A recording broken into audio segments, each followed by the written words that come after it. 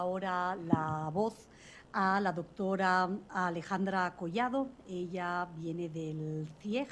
con un proyecto que lleva por nombre Radiografía de la Tecnopolítica Feminista en México durante el confinamiento por la pandemia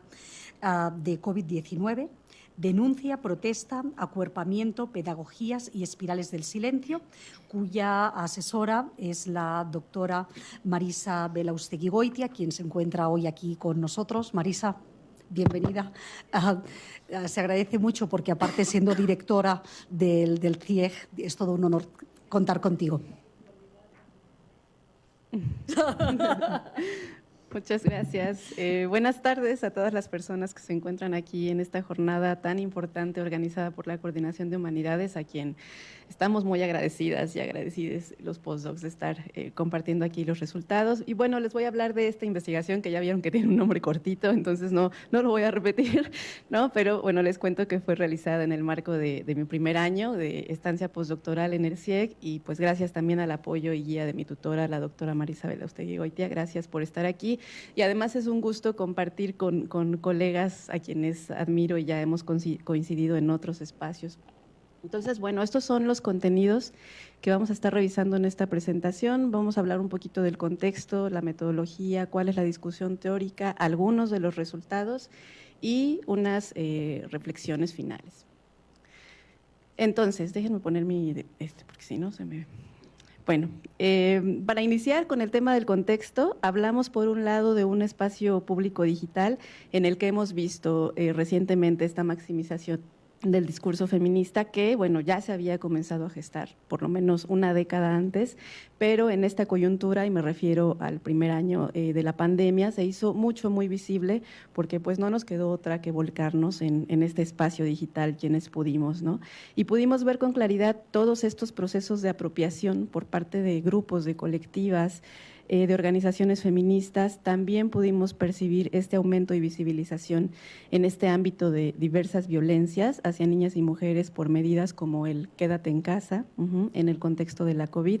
y también percibimos este aumento de la violencia, las polarizaciones y las espirales del silencio, que ya ahorita las explicaré,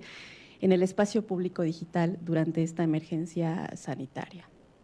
Entonces, lo que me propuse hacer fue explicar algunos de estos procesos, algunas de estas conexiones y momentos en el entorno digital feminista durante esta coyuntura, específicamente en redes sociales, a través de una radiografía de la tecnopolítica feminista, y para ello me centré en algunos otros objetivos específicos que fueron, por un lado, identificar y analizar cuáles eran esas principales expresiones y actos de violencia digital hacia niñas y mujeres, analizar también cuáles eran los elementos propios de la virtualidad que posibilitaban estos encuentros y estos desencuentros entre los feminismos. También estaba la identificación de las conexiones y los devenires feministas que se mostraron en estos ámbitos digitales, y pues un trabajo de hacer propuestas reflexivas, ¿no?, para la apropiación y la incidencia tecnológica y para la resignificación de esta espiral del silencio.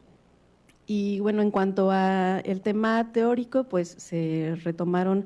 algunos conceptos como la tecnopolítica, que es un concepto que ya se ha estudiado desde su aparición en el ecosistema digital. Seguramente recuerdan casos como el 15M en España, aquí en México el Yo Soy 132, el Nos Faltan 43, Ni Una Más, el Me Too. Entonces, abordándolo desde la perspectiva de Javier Toret, que lo explica como la reapropiación de las herramientas y los espacios digitales para construir estados de ánimo y nociones comunes necesarias para empoderarse y posibilitar comportamientos colectivos en el espacio urbano que lleven a tomar las riendas de asuntos comunes. Y esta tecnopolítica no se va a llevar a cabo necesariamente por activistas o por especialistas, sino por personas comunes y corrientes, como diríamos, ¿no?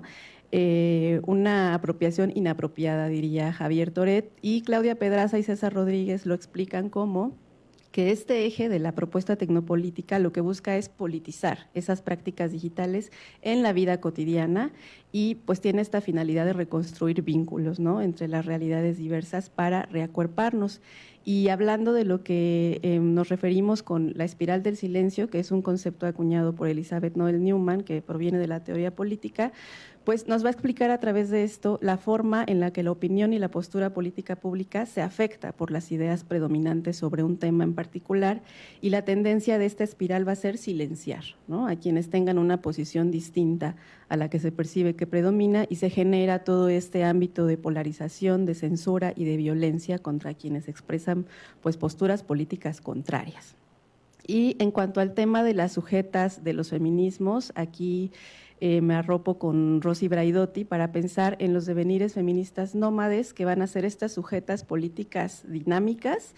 mutables y errantes, que se van a poder situar, ¿no?, en estos contextos cambiantes, y que también pueden aprender a disputar estos modos en los que vamos a articular, nombrar y accionar la agencia política y colectiva.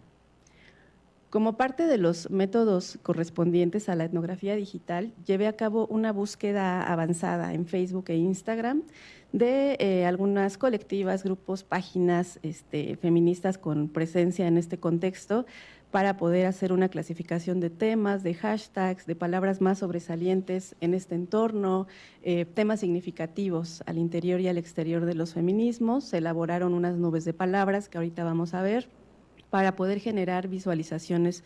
de las encuestas en línea que realicé, y esto pues permite el registro de información importante sobre estas colectivas, sobre los proyectos, sobre las organizaciones con mayor actividad e interacción durante la pandemia. Hago un mapeo en el que también pues nos permite situarnos, ¿verdad?, territorialmente en un escenario, y situar a los feminismos dentro de este entramado complejo de contexto, política, praxis, identidades y colectividades.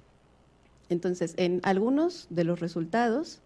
podemos ver, por un lado, el tema de las violencias que se hicieron presentes durante este periodo. Toda esta parte de las violencias se convirtió en un artículo que está en dictamen, y que pues aquí lo central es recordar esta teorización sobre el tema de la violencia digital, ¿no?, que no es una nueva violencia, sino que es la expansión de las violencias a un nuevo territorio. Como decimos, lo virtual es real, y todo lo que sucede en el ámbito digital no sucede de manera aislada y en ese espacio nada más, sino que se vincula a todo un contexto material y de violencias imbricadas. Entonces, vemos todas estas desigualdades que implican el acceso diferenciado a Internet, a los dispositivos, a la alfabetización digital, al tiempo, las violencias en casa, el encierro con agresores, las jornadas laborales, ¿no?, estas decisiones gubernamentales que se tomaron sin sensibilidad en cuanto a ciertas problemáticas, y la revictimización. Luego están las otras violencias, que son las violencias propiamente digitales, que ahí vamos a encontrar burlas, insultos, amenazas, agresiones, acoso, las funas, el Zoom bombing, ¿no?, la organización en general de los discursos de odio, trata de personas a través de redes sociales, y el aumento de consumo de pornografía infantil. Y en el ámbito digital se dan también todas las otras violencias que provienen de los medios de comunicación y de otras instancias, y aquí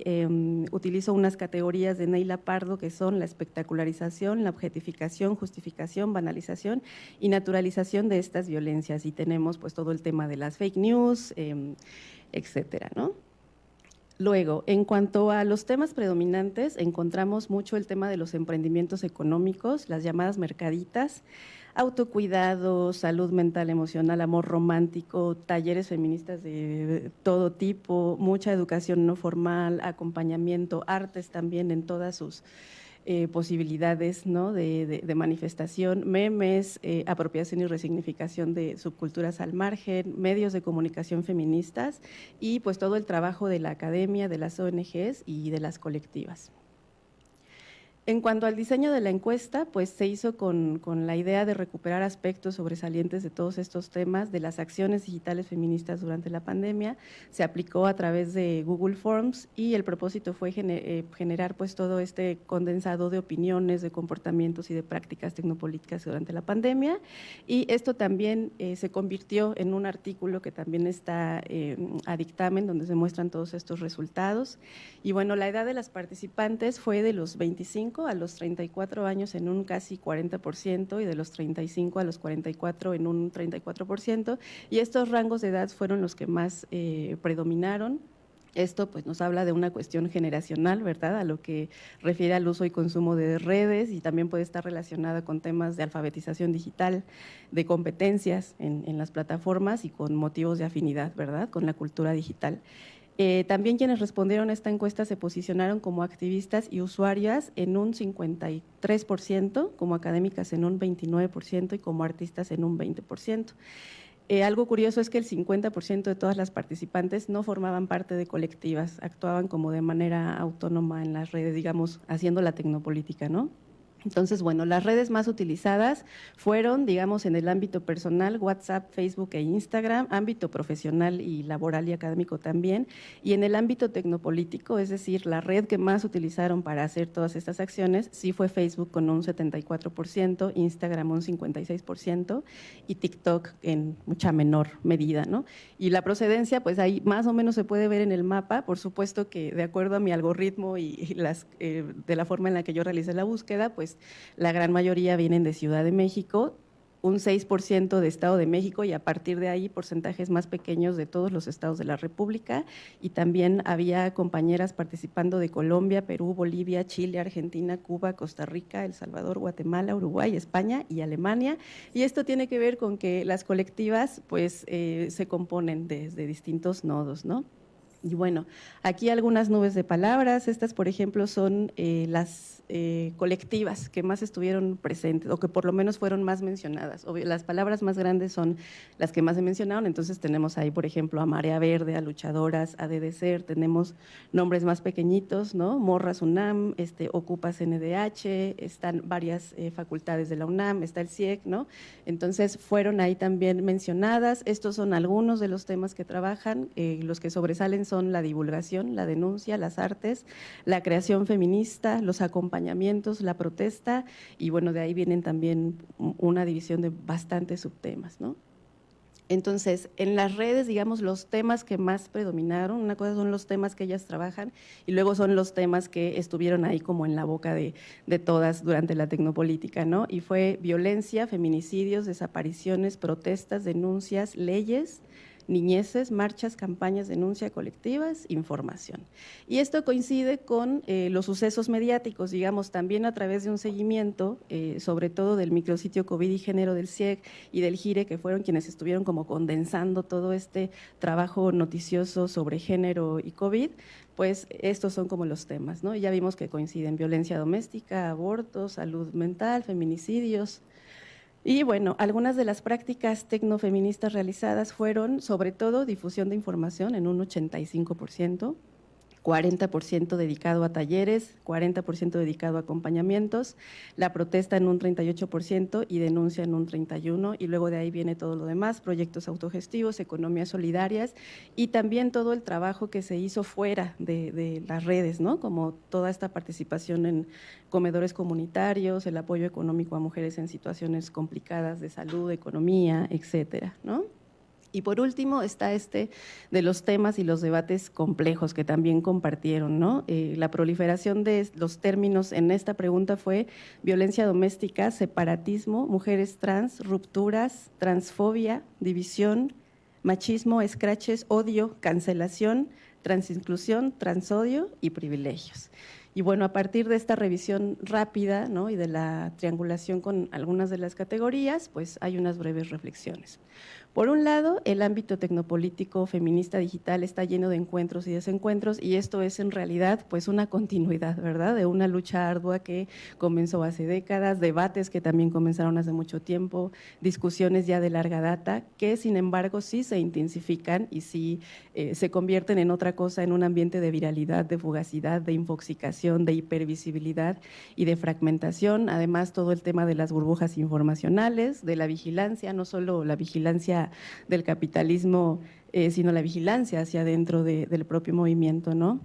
También vemos un espacio digital de apropiación, denuncia y acuerpamiento feminista que se complejiza con todas estas violencias, y pues parte de lo que dijeron las encuestadas era esta parte, ¿no?, de la pérdida de acuerdos, del diálogo politizado, de la organización y de la escucha ante diversas posturas, así como una pérdida del horizonte de los objetivos centrales del feminismo, ¿no? Hablan de cómo el debate y el cuestionamiento que ha caracterizado al feminismo se ha volcado en rupturas y en la imposibilidad de construir desde la diferencia. Y aún con esto, pues nos toca reconocer cómo en muchas de las respuestas se muestra que a pesar de las rupturas, pues el foco de la lucha sigue siendo el bienestar, los derechos de las niñas, las mujeres y las sujetas diversas y de la búsqueda de la erradicación de violencias, ¿no? Entonces, seguimos y seguiremos encontrando estas maneras de seguir reescribiendo nuestro archivo digital, de seguir construyendo memoria y espacios de indignación y digna acción digital desde los cuales nos negamos a ceder los espacios a la violencia y nos invocamos a nosotras mismas como un acto de desobediencia. Tenemos que repensar la toma de las herramientas tecnológicas y de las plazas públicas digitales y reconfigurar la tecnopolítica feminista como una de las formas en las que el cuerpo digital pueda tomar otros cauces, considerando todas estas herramientas digitales como una potencia que efectivamente dota a los espacios feministas de complejidades. Muchísimas gracias.